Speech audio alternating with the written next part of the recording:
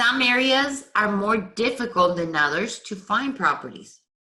Some of them are very easily. So if you decide you want to become a flipper, find the area you want to do.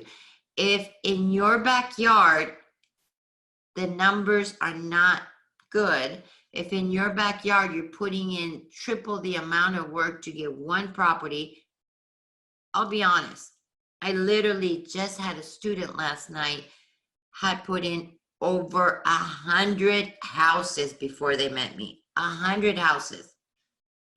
Guess what happened yesterday? They had a 25 house portfolio. They got an offer accepted. First acceptance they ever had. They had put in so many offers. So the one thing is sometimes you might not be able to do it in your backyard.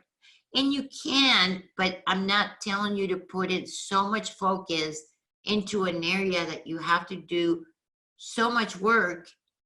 And they've been doing this for months. They have not been getting paid.